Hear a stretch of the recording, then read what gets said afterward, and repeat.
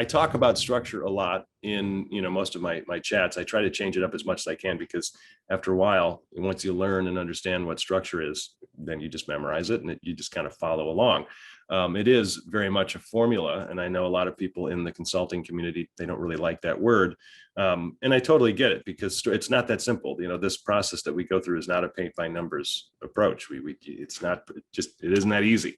There are really big ideas, Pixar films, family adventure movies that follow the formula much closer than other smaller movies like a Florida Project or a Lady Bird. And when I say smaller, I don't mean less than or in some ways bad. They're just different. And we have to then work through the structure to then serve our story. It's not allowing the opposite, which I'm not really sure what the opposite would be. Story serving the structure. Yeah, I guess. Structure is there to help us in the brainstorming and development process. We have to remind ourselves of that. It isn't something to then place our story in as if we're trying to see if it's working. Yes, you can kind of do that, but we need to be using it as a way to develop our stories and to work within it and rewrite within structure, as opposed to trying to get to the script and then look back at, Save the Cat beat by beat structure and go, am I following that? It's a backwards approach, and you're going to end up either convincing yourself you did it right or going, oh my gosh, I didn't do it right at all. And then you're going to be having to go back and do a wrong type of rewrite. In other words, like just editing. Trying to shave pages off or something, and that isn't really rewriting, that's just editing, and there's a difference. But anyway, there are other ways to get involved here. I have a writing group. I hold 3 writing group sessions per month. It's $50 a month. It's not a workshop, but it's just a way to keep this regular schedule of community going. I have 2 groups, one on Thursday night and one on Friday morning. And it's really easy and fun and laid back. You do get some reviews of material every now and then, but we just discuss topics, what's going on in the industry. It's much more specific than what we're doing today. We go for maybe an hour and a half to 2 hours, 3 times a month. And if you have questions about that, you can email me at max@thestoryfarm.org. It's in the chat box. And then I'm also holding 2 retreats. It's the first time I'm going to be doing a live retreat. I've mentioned this before, but for anybody who's new, I have over the weekend of September 16th and then over the weekend of September 23rd this year, I'm renting out a huge farmhouse on a literal, well, I guess it's not a farm anymore, but if you see it, you know what I mean. They're big silos and everything. So it's going to be literally the Story Farm for a weekend, over 2 weekends. You can choose one of the 2 weekends. There are only 4 spots left. And I am offering some discounts to try to fill those last 4 spots. So if you're interested, email me and I can give you all the details, max@thestoryfarm.org. So anyway, lots of other ways to stay involved here. I'm still going to be doing these monthly webinars as well. But, I love that everybody's taking part and participating in this. And, even if you're just kind of doing something else and listening, it still helps. You kind of have an osmosis sort of process. And since I'm back in Wisconsin, my 2 cats are enjoying themselves in the background right now. I'm sure one of them will pop in and say hello. But so to get back to the topic of the day here. So the title of our webinar today is how to create story rhythm through anchor sequences. So I'll just give a little quick overview of what I mean by anchor sequences. It's just a new term. I don't even know how new it is. But when looking at a story, you generally have 12 sequences. There he is. There's Archimedes in the background. The Story Farm is great for TV writers. Yeah, whether you work one-on-one with me, which I do have some roster spots available, whether you have a small call package or if you go long-term. But yeah, I work with film and TV. The retreat itself will be combining, a whole bunch of different writers that are working in TV or film projects. Yeah, there's Archimedes behind us. He's sniffing around something. But when you're looking at story, you've got 12 sequences in a story. It's a little easier to look at it from a feature standpoint, but you have 12 sequences. Let's just look at it from a movie standpoint for now. It still equates to TV. 12 sequences. Each sequence is roughly maybe 10 pages, maybe a little less, depending on the sequence. But that means you have 3 sequences in the first act of a feature, 6 sequences in the second act of a feature, and then three sequences in the third act of a feature. You still have the same approach of 12 sequences in an hour-long drama for TV. It's just condensed much shorter. Some of the sequences are combined a little bit, but you still follow this process and approach of a story rhythm, which I'm going to go into much more detail. So to then take that in terms of this 12 sequence approach, there are 4 sequences that really are the hinges of a story. The second sequence, the 6th sequence, the 9th sequence, and the final 12th sequence. And the reason those are so important is because we're like I said, we're hinging the story on the moments and scenes that occur within those sequences. It doesn't mean that the sequences in between, like sequences 4 and 5 or whatever, are less important. It's just the bigger moments, the bigger plot and character-oriented moments come together within those sequences. Sequence 2 is a setup event, a new opportunity that's presented. The 6th sequence is a midpoint complication and twist. Everything changes. And then in the low point, it is as it sounds, everything falls apart, usually because the main character does something to cause the low point. And then the 12th sequence is the resolution. The climax theme is stated. The main character does something that the main character has never been able to do before. So yeah, so those are the 12 sequences. And then the anchor sequences, that we're looking at those sequences as the main moments of your story. And it still follows along the lines of an hour-long drama. You have a new opportunity presented within that episode. The character is either going to deny, no, I'm not going to do this, or take the opportunity to pursue something. Regardless of how they react to the setup event, or events plural, the character still gets propelled into this pursuit-oriented, objective-oriented adventure.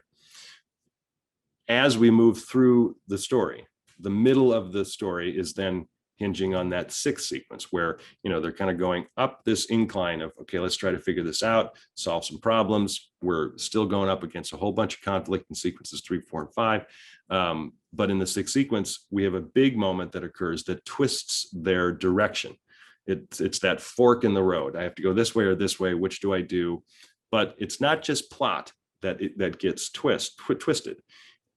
And this is key for all sequences in any story, but the character is constantly being confronted by his or her flaw or problem or emotional issue throughout the whole story. It's just within those anchor sequences of 2, 6, 9, and 12, that flaw is being confronted that much more. It's that much more difficult to deal with what's going on inside of them. And most often they don't even realize that they have this emotional issue.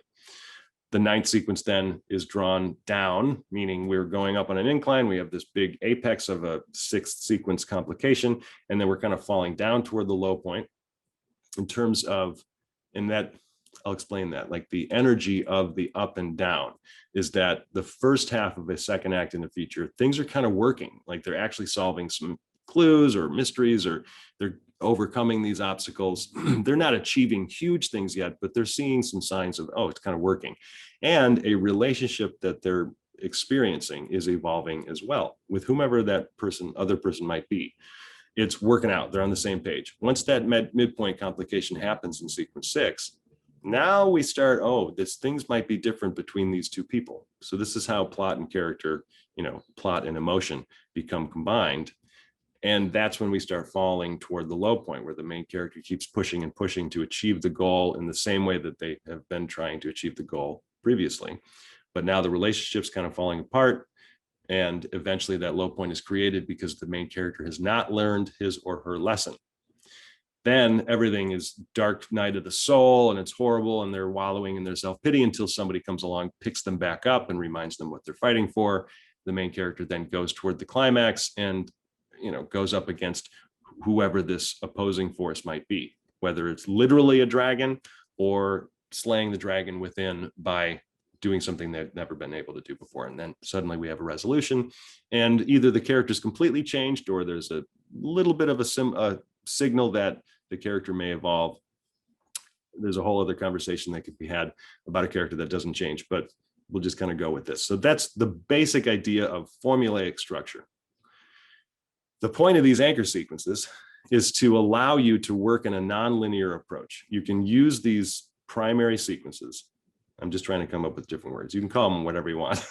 Anchor sequences of 2, 6, 9, and 12 is to be able to brainstorm ideas for moments and scenes where the character is presented with the, I guess you could say, opportunity to confront an outside force that represents the flaw within that character in some way.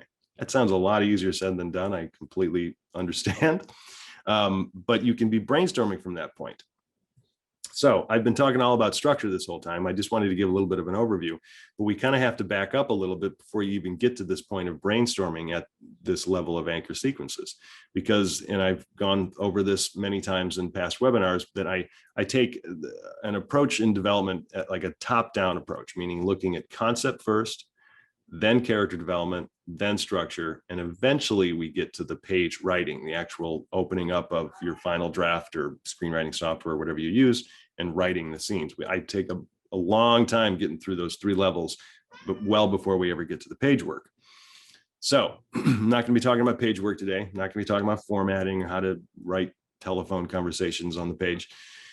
It's primarily concept, character, structure, because structure is buoyed by the concept and character development. If you haven't spent the time on the concept and character development, structure doesn't matter.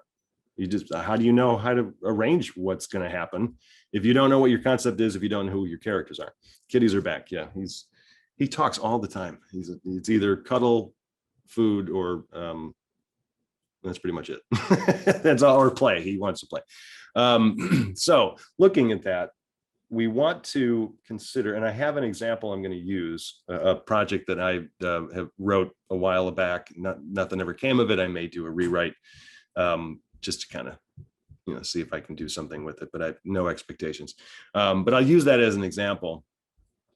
But for the reason of showing how what I did with the project was I started from a level of concept, and more often than not, we do this kind of unconsciously, right? When we're coming up with a new idea, we think about concept first. It's impossible not to, because concept has all the elements of character development within it, because I thought I wrote something. Yeah, character flaw drives the concept. So it's kind of one and the same. You're developing the idea, and then you're infusing your character within it. It's kind of impossible not to do that. But you have to spend a lot of time there. And so what I did with one of my projects, and I might share my screen in a second, and I'll show you how I broke down the first 6 sequences, and you just get a sense of what it looks like. But it's really basic. Like, there's really not that much to show. It's just words broken up into 6 different groups. But with this idea, and the general idea for this script, it's called The Lost King. I'm not worried about anybody stealing this. If you feel like you want to write it yourself, go ahead. Don't, but it's a little bit of no, I was going to say threat. I don't mean it that way. But nonetheless, the idea is that there's this very risk-averse character who has never flown anywhere. He's never traveled anywhere. He's a total hopeless romantic. However, I flipped the flaw a little bit where he's instead romantically hopeless. He's a history nerd, has a really great memory. He just kind of lives in the library. Like, instead of going to the bar, he goes to the library. These are some of the character development options I had, but he is presented with this opportunity to go on a tour through Europe to all of these different locations, having to do with the King Arthur legend. And this guy is a huge Arthurian legend, history nerd and geek. And he at first thinks, wow, it's pretty cool.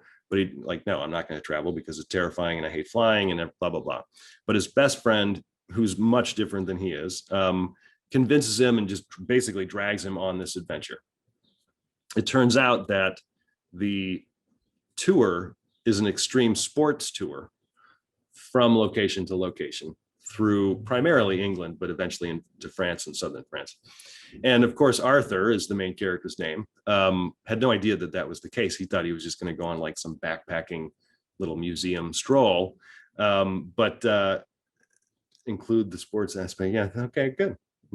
So, and it's coming from a place, and Maureen is saying I'm writing the female protagonist version of that right now. It's just looking at basic issues of what are you afraid of? That was the general concept. I wanted to have this particular type of character confront as many of his fears as possible. That was from the conceptual level of brainstorming. But I also knew that I wanted to write some kind of story about Arthurian legends, but I wanted it to be funny. I wanted to kind of mimic some of those old Bob Hope and Bing Crosby road movies because I just thought that those movies are so much fun. And so this was all part of the conceptual brainstorming. What was my audience's experience going to be? How was I going to feel when I wrote it? What was the kind of tone? How ridiculous do I really want to go? All the while thinking about Arthur and the main character and just fun ways to put him into situations that are going to scare the shit out of him. That was really the whole point. I had no idea what the structure was going to be. I had some funny little moments and scenes that I had brainstormed, you know, all the different things that this extreme sports adventure would bring out, meaning jumping out of an airplane, jousting, you know, with these big Nerf jousts on this long plank, whitewater river rafting, or whatever ridiculous thing that I could put this guy in. But the real twist of the story, of course, is that it's an extreme sports tour, and he didn't know this, but the tour guide firmly believes that at the end of this tour, they're going to find the real Excalibur. So Arthur and even his best friend have no idea that's the case. It's that this tour guide is a part of this kind of, or it used to be a part of this Templar organization. And so I'm going, you know, to this extreme of exaggerating history and all these different shows you see on the History Channel. And I'm kind of poking fun at it a little bit, but that tour guide is a female. And of course, Arthur ends up falling in love with this person in spite of her being the exact opposite of Arthur. And so all of this has nothing to do with structure. You know, I'm working through all of these basic ideas. What's the hook? What's the type of moment we're going to see? Who's the character that then is infused within these moments? Who are these other side characters that are going to push that main character to confront the flaw? Because every moment where a character is forced to confront whatever their flaw might be, whether it's a fear or if they're extremely selfish, however you want to think about that for your character, what are the scenes and moments that are going to allow that to happen, to show this character go through this process of confronting their flaw? I'm just watching Archie here because he might end up stepping on the keyboard. Are you going to lay down? Let's just lay down. Okay, there you go. There he is, bottom right corner. So again, this is all concept and character stuff. What then after a lot of time working out what some of the backstory is going to be, who is this tour guide? What's her story? How do we allow her to have some level of flaw as well? Who's his best friend? Why are they best friends? Yeah, this isn't going to work, buddy. Come on, I'm going to go right there. All of that stuff is pre-structure, pre-storytelling development. Then I can go into, because I have memorized the sequences, of placing some of those moments and scenes within the anchor sequences, knowing that, okay, so sequence 2, he has to be presented with an opportunity to go on this tour. That's fine, but that's just information. That's not a scene that sets the character within the experience of, here's this opportunity. So what does that look like? You know, I think, what did I do here? And even in the sequence I have written down isn't as specific as it needs to be. And I'll share my screen. I'll show you what I do here. All right, let's blow this up so everybody can see it. So in sequence 2, when seeking advice from his stunt car driving bachelor best friend Damien on his super ability of turning all women into just friends, this is what Arthur believes, that he's only ever just going to be a friend to other women. Arthur ends up giving relationship advice to strippers. It's a whole other scene. Until Damien pledges to be his new life tour guide and forces him on a quest for the Holy Grail tour through Europe. So this little section here, I should be, in my brainstorming development anyway, much more specific to the moment. What happens technically in the script is that Damien just basically throws Arthur in the car and they drive to the airport. He doesn't even give Arthur an option. And Arthur's like, wait a minute, we're going what? We have to go to the airport? And he's freaking out. And then our sequence 3 is marking the end of our first act. So these first 3 sequences, after this point, is the end of the first act. And what we need by the end of the first act is, here we go. We have that feeling of, we've got all this set up in terms of, we know who the characters are. We know what some of the backstory is. We understand what the coming hook might look like with Damien, you know, pledging to be his life tour guide and forces him on this tour. Then by the time the third sequence comes around, we get them kind of off and running, but they haven't necessarily started the journey yet, right? He's kind of getting settled in. I think they fly to Scotland first, and that's think a person on our conference here is from there. And they meet Dorothy, who is the tour guide. And she parachutes into this group, revealing the tour that it's revealing that the tour is an extreme sports adventure.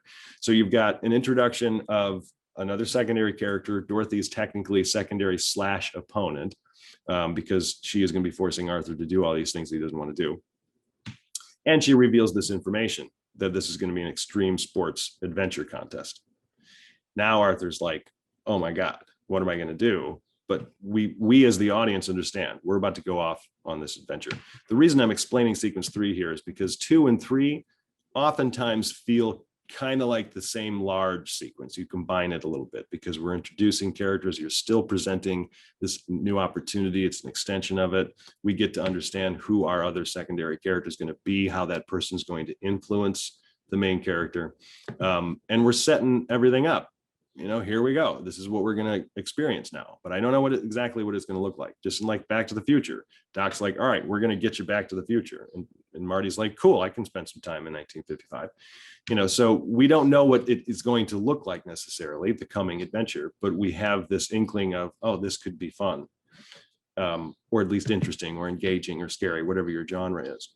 Then by the time we get to the 6th sequence, we have Arthur follows Dorothy to the top of Glastonbury Tor. So we're still in Scotland.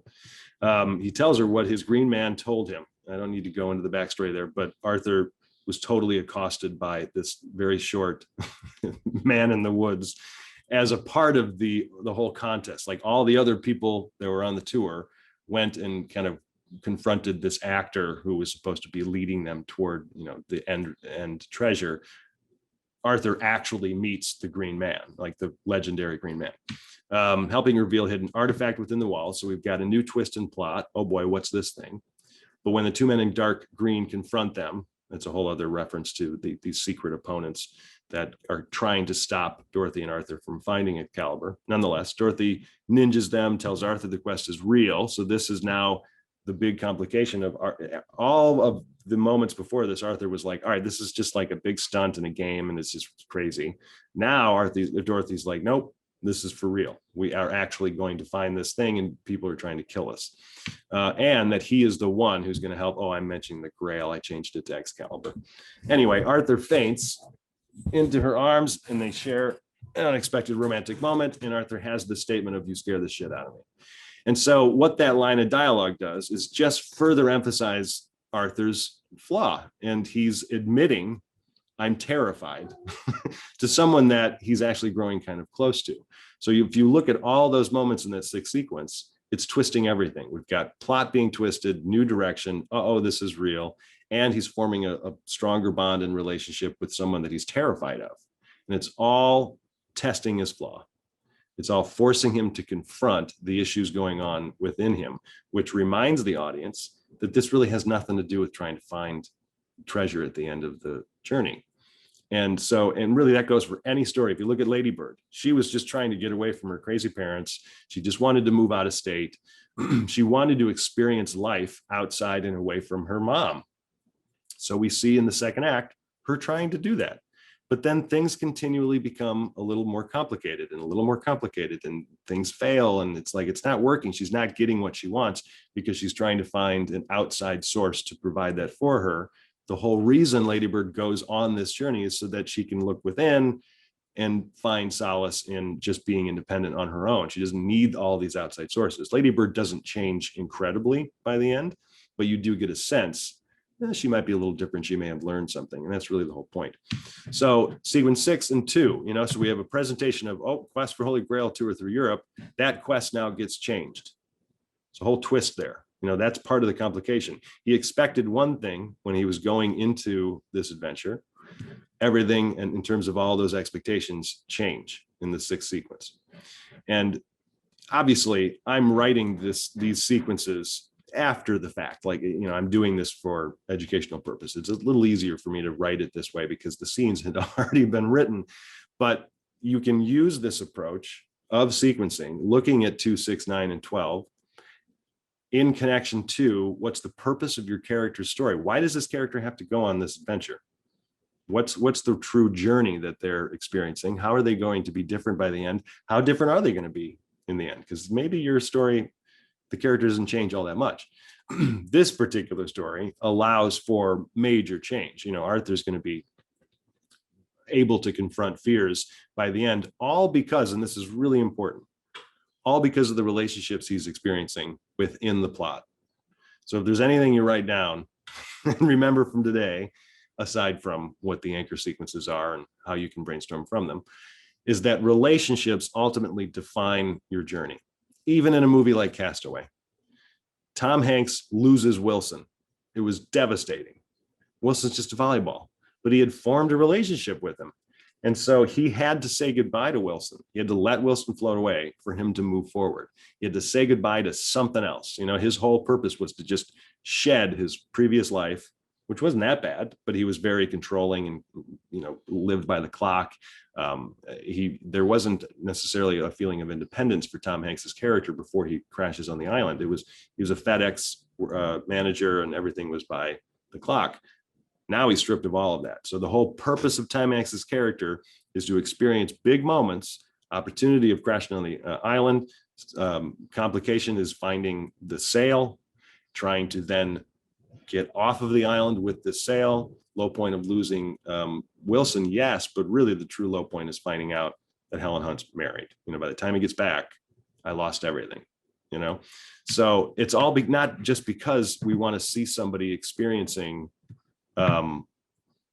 what it's like to be alone on an island for 4 years. Like, that's part of it. We're tuning in to see that character evolution. So again, I'll stop sharing here for a second. Again, we have to be, I'll go into some of these little comments we have here, guys, in 1 second.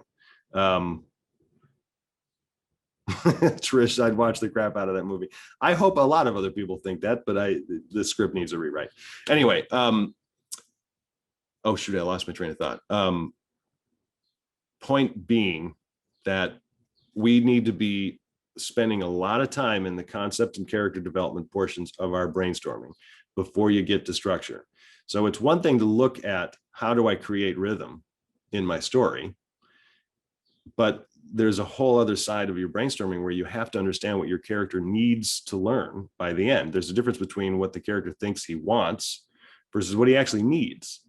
And that process then of him going on whatever adventure you're going to have your character going on shows the character evolving and changing and finding out and realizing, discovering, whatever passive word you want to use, that he needs this instead. And I'm saying he, obviously it's he, she, it's however, whatever your characters are.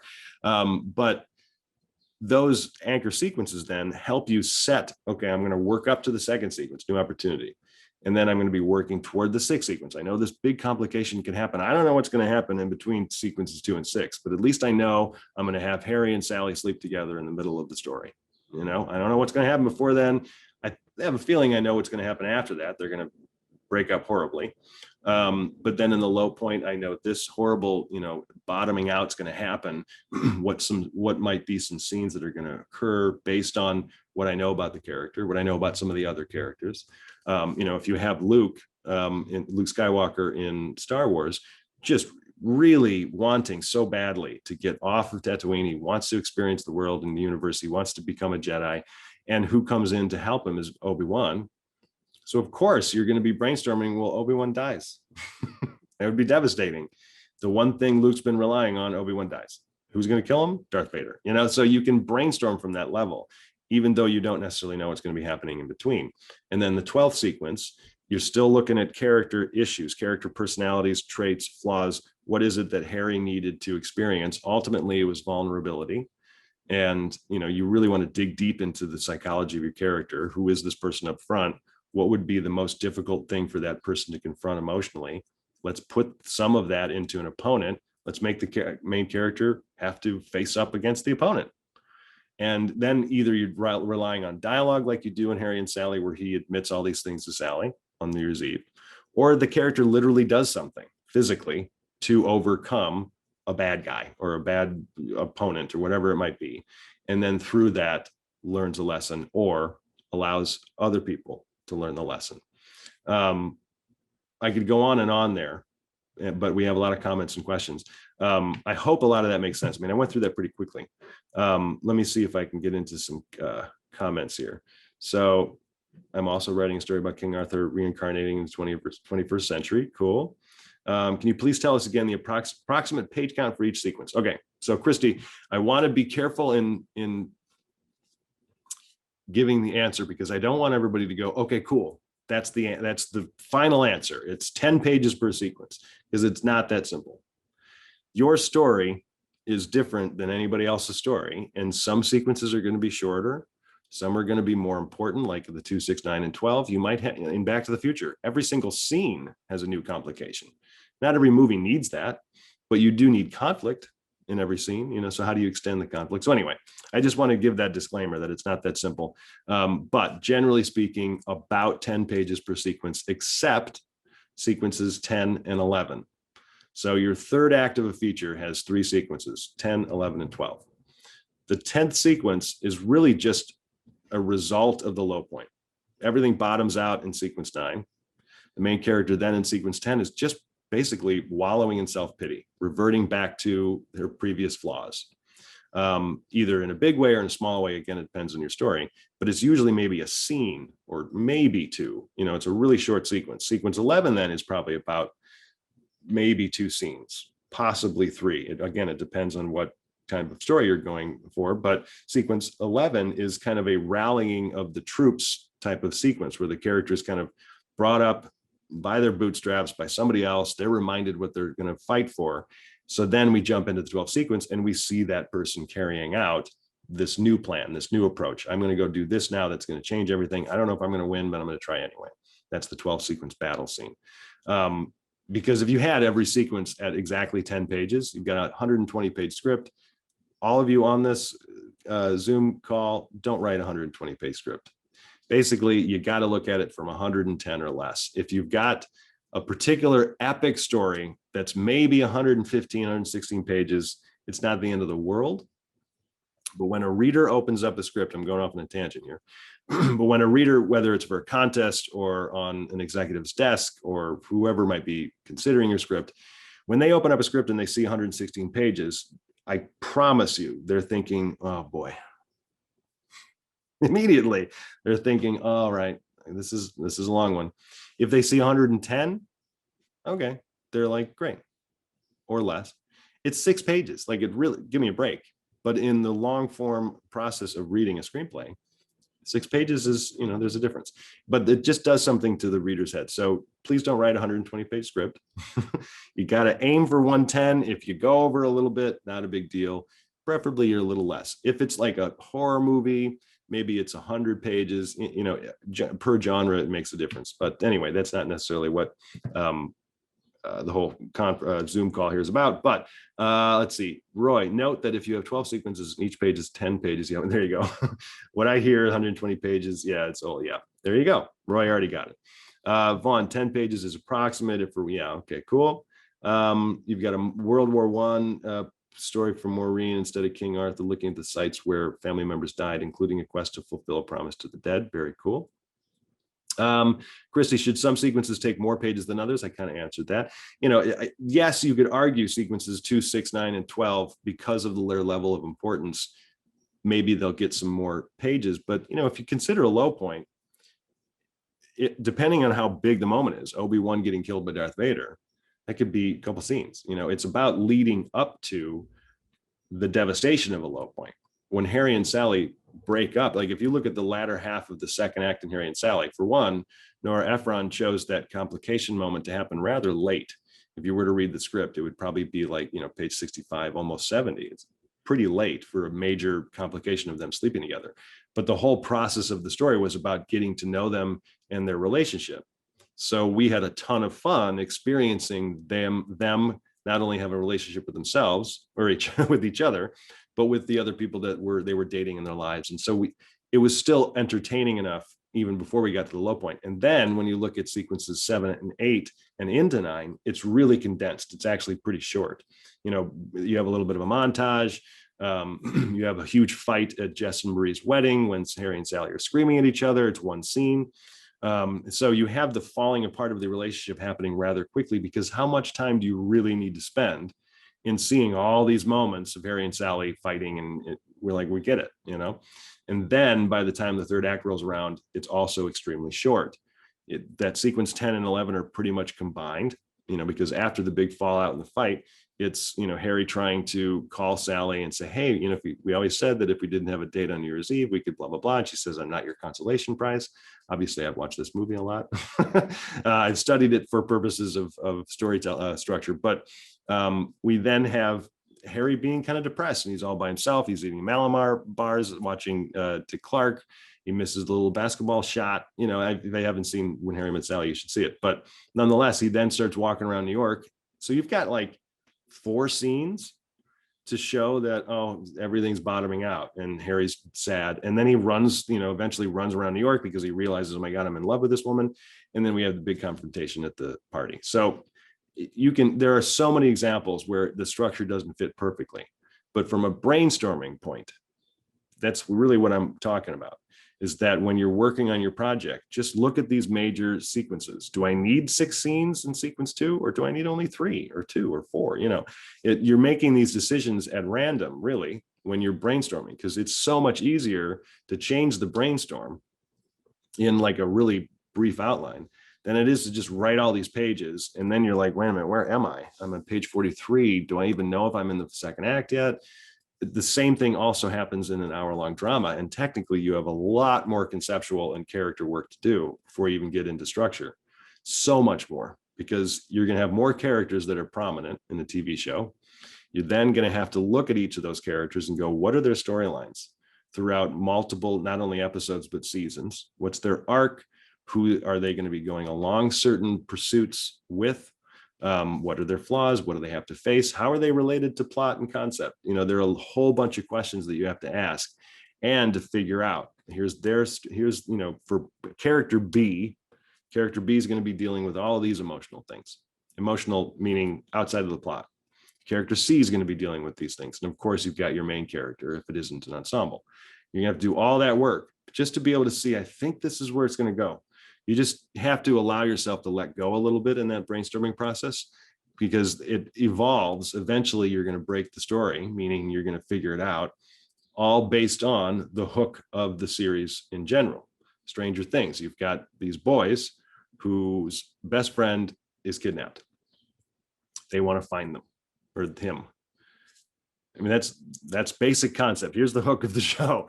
And we're in the 80s. And of course, there's a tonal approach to the hook as well. And we're going to be seeing these kids trying to, you know, find their friends. But then you also have a separate little story of the mom of the kid who was kidnapped and the kid's brother, how they're dealing with it. We're going to be seeing their storyline go through. And then suddenly you throw in 11, where you've got this mysterious girl with superpowers. She becomes friends with other kids. And so you've got these other things. So this is all pre-structure. So I really cannot emphasize enough how much time you need to be spending in concept and character development to just be able to see it all from a flaw standpoint, which then helps create conflict, because then you can come up with scene brainstorms and moments that you have no idea where they're going to go or live structurally, but at least you can start seeing it and not just stay in this level of information. Here's where I think this is, you know, this is what I'm trying to do in the scene with this information I'm presenting. You're telling instead of showing. You want to be showing things. Let's see here. Yeah, When Harry Met Sally really is great. Megan's saying what sequences were in each act. So sequences 1, 2, and 3, first act. This is for a feature. Sequences 1, 2, and 3 in the first act. Sequences 4 through 9 are the second act. Sequences 10, 11, and 12 are in the third act. For an hour-long drama, you still approach story rhythm like a heartbeat with these 12 sequences, but maybe the 12 sequences are 5 pages each, give or take, you know, because if you have a 60-page script versus a 120-page script, again, don't write one that's long, but you can just condense them. And then if it's a 5-act approach, it's just math after a while. You know, the 5th act might have 2 sequences, 11 and 12. The 4th act might have 3. However you want to break it down, hour long is a little, you know, it's a little more malleable in terms of where you put these moments, but you still have new opportunity presented. You have a big complication in the middle. You have a little bit of a low point an hour long. It may not be as big as a feature. And you still have that 12th sequence where it's a climax of some kind. It may not be a resolution because your show might be serialized. And then you're going to be continuing the show. I binged watched over the past couple of days a show on Amazon called Panic, which is basically like Hunger Games in present day, small town Texas.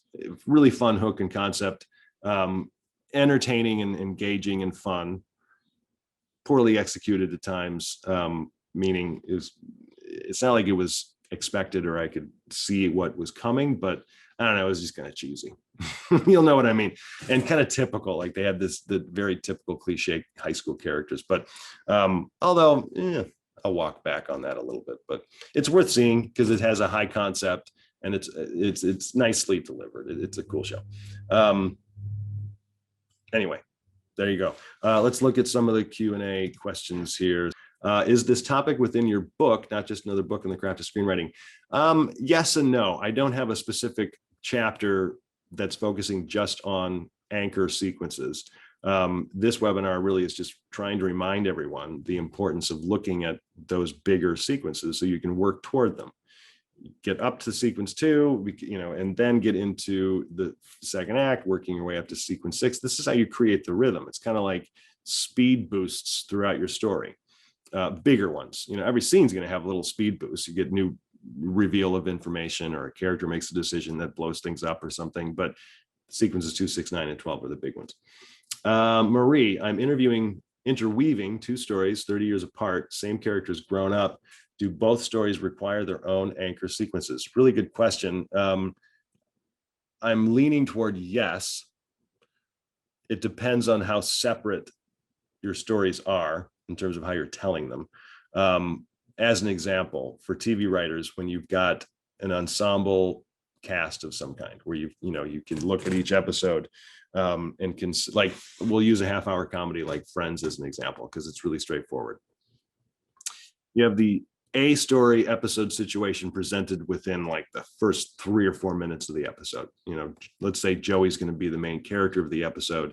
He walks in, he's got a sling on his arm, and he's like, huge problem. I have to audition to be a rock climber today, and I broke my arm. I'm going to have to fake it. This is the main situation of the episode for him.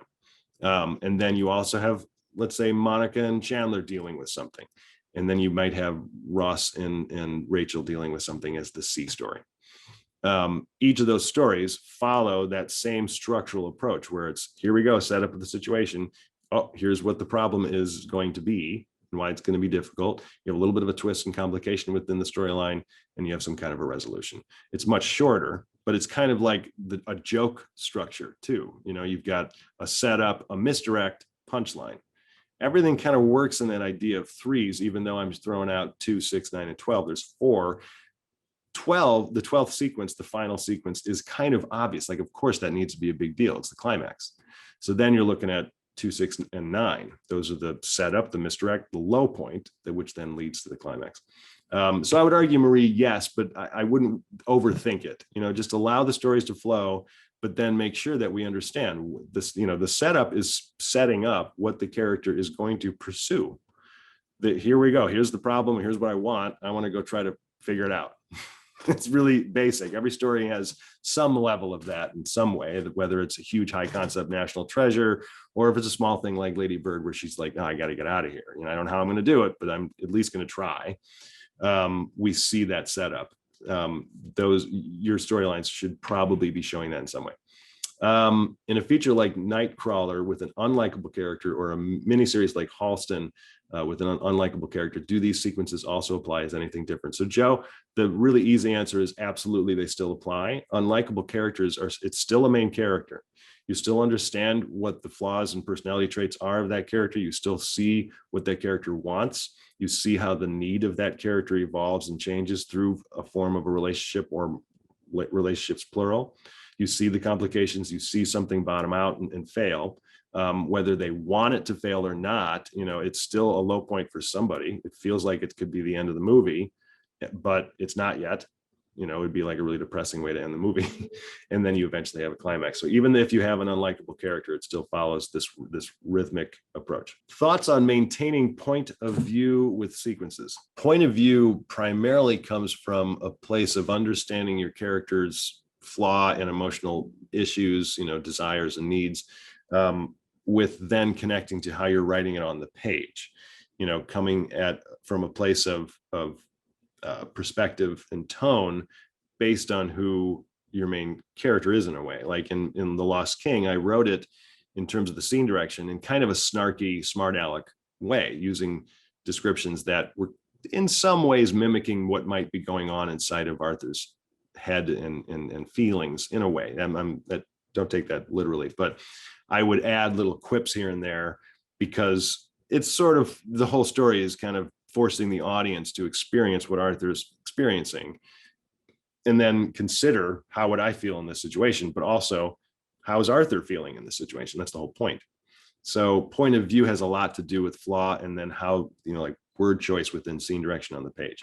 And then how does the non-linear approach come into play? That was kind of like what I was saying as far as working on concept and character development, and then looking at the primary sequences of 2, 6, 9, and 12, and trying to come up with big moments just for those sequences. That's technically a non-linear approach. And what linear is trying to start from page 1 and then plow through the whole script 1 page at a time. You're going to write yourself into a corner, or you're going to lose steam, you know, if you haven't done enough of the outlining before then. Brainstorming in general is technically a non-linear approach to storytelling because you're just trying to come up with ideas. You don't necessarily know where they exist yet. Forgive me if I missed this, but can you list all 12 sequences and each one's purpose? That's a big one because that's a whole other webinar. I'll just do it quick. All right. So sequence, and I hesitate to do this because please don't think of this as formula. Your story does not have to follow exactly this. Okay. That's the disclaimer. Generally speaking, story follows this approach. Sequence 1, introduction to the main character. That main character's stage of life, meaning they're about to turn 16 or they were just fired, they just got a divorce, they're about to get married, you know, we're coming into a particular stage of that character's life.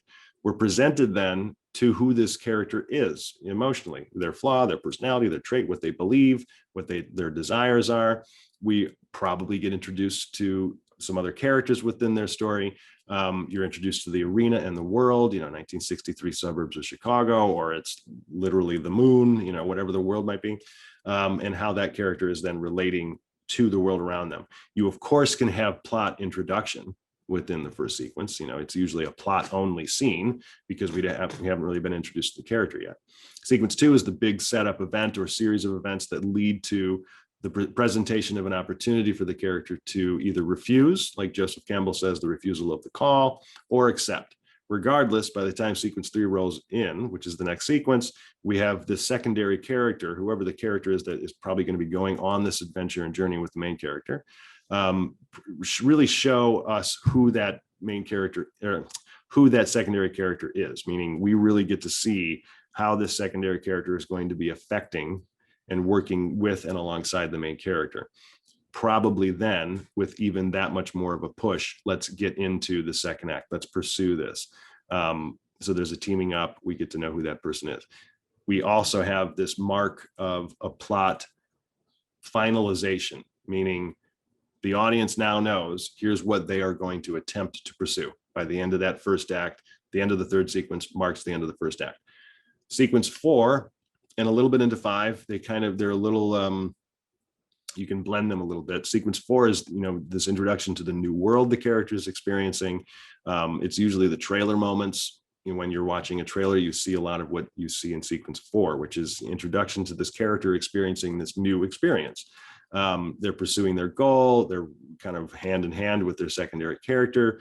Sequence 5 then shows that their relationship is working. They're coming together. They're on the same page. Doesn't have to be romantically, but they're overcoming obstacles. And even though there's conflict in sequences 4 and 5, and it's difficult, they're figuring things out. The point with those two sequences primarily is that the main character's flaw that we saw established in the first act is technically working just fine in sequences 4 and 5. The main character is not changing all that much. So they are seeing, well, I can still be who I am and still overcome these obstacles. But once sequence 6 rolls around, everything changes. You have a series of moments and scenes that are complicating things. The character's like, wait a minute, I can't really do this the same way anymore. We have this huge other plot-oriented twist that really changes things. I have to go in this direction now. I don't know exactly how I'm going to do that. It might feel even like a low point in a way, like, holy cow, this is terrible, but they're not going to be giving up. Let's push even harder. Let's get into the 7th sequence. We see the reaction to the midpoint.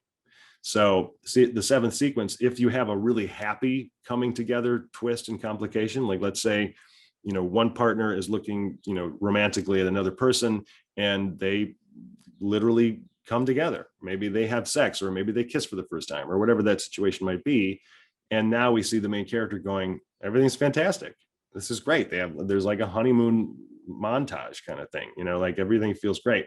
But that's just to sweep the rug out from under them, because by the end of the 7th sequence and into 8, real obstacles are presented by whatever this opposing force is. The opponent comes in and is really pushing, like, okay, nope, you guys, I need to complete my own motive, or complete my own goal, because I have this motive, which, by the way, can be introduced virtually in any sequence, primarily in the first act, but you're still seeing that opponent pursuing something throughout sequences, primarily through 3 through 6, where we're really getting a sense of that main opponent is.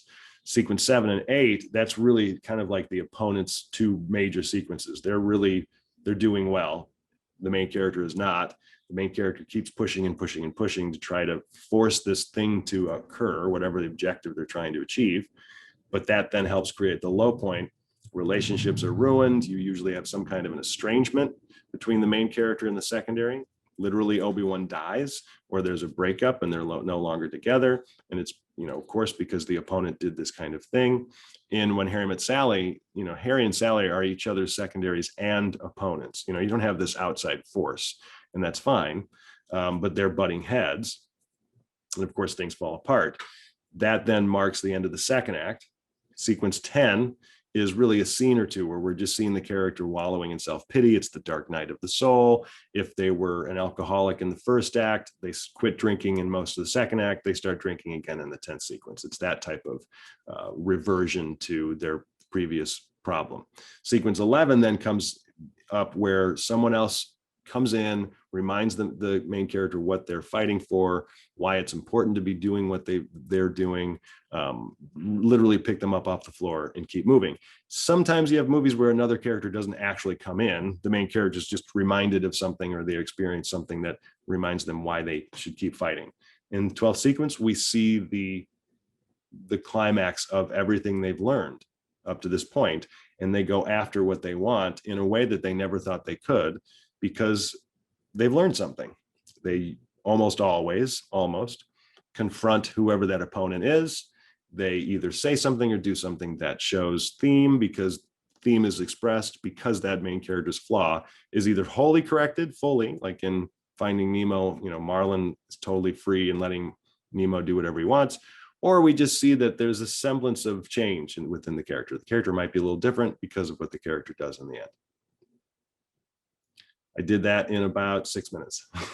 That was a lot.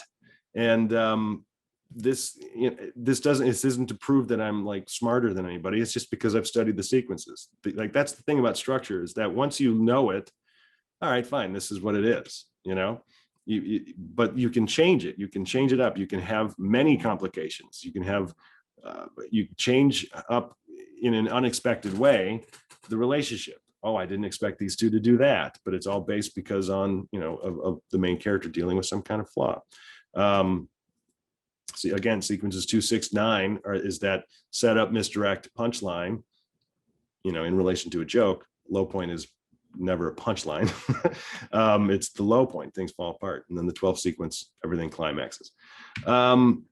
Yes, Bavant, it is very similar to Blake Snyder's beat sheet structure. And James Hart is a good friend of mine. He's awesome. This is not revelatory. These are things that consultants and story people down to Joseph Campbell have been talking about this whole time. I'm just using certain terminology that might be a little different. The one thing about Blake Snyder's beat sheet structure is that I've noticed that it gets writers too quickly to trying to come up with the actual literal beats from moment to moment to moment to moment, and it's really specific to page count. And we can't really say by this particular page you have to have that, because you see so many movies and stories that don't necessarily follow that. So I just don't want the Save the Cat structure to constrain anyone. It's extremely helpful. Everybody should just read Save the Cat. Any amount of education is good, but don't take it for verbatim, you know. Letting characters drive the story is an important balance. Yeah, I mean, everything boils down to how is the character infused within the concept. We have Arthur, who is extremely risk averse, romantically hopeless, really just wants to find a girlfriend. Like, that's really all he wants. And suddenly he's thrust into this huge situation of this extreme sports contest tour through Europe. And now you can then eventually work your way to moments and scenes and then structure them appropriately. I mean, not every story idea is necessarily that simple, because that's a relatively high concept idea. But generally speaking, you have a hook to a story, you have a character who is involved in it. You can brainstorm the hell out of all of the things that come into play there: theme, tone, genre.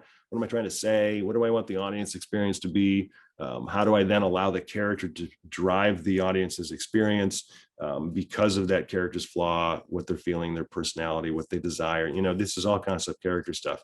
So spend the time working on concept and character before you get to structure. And remember that you can use that structure as a way to brainstorm, not just a way to go, okay, I have to fit my story within it.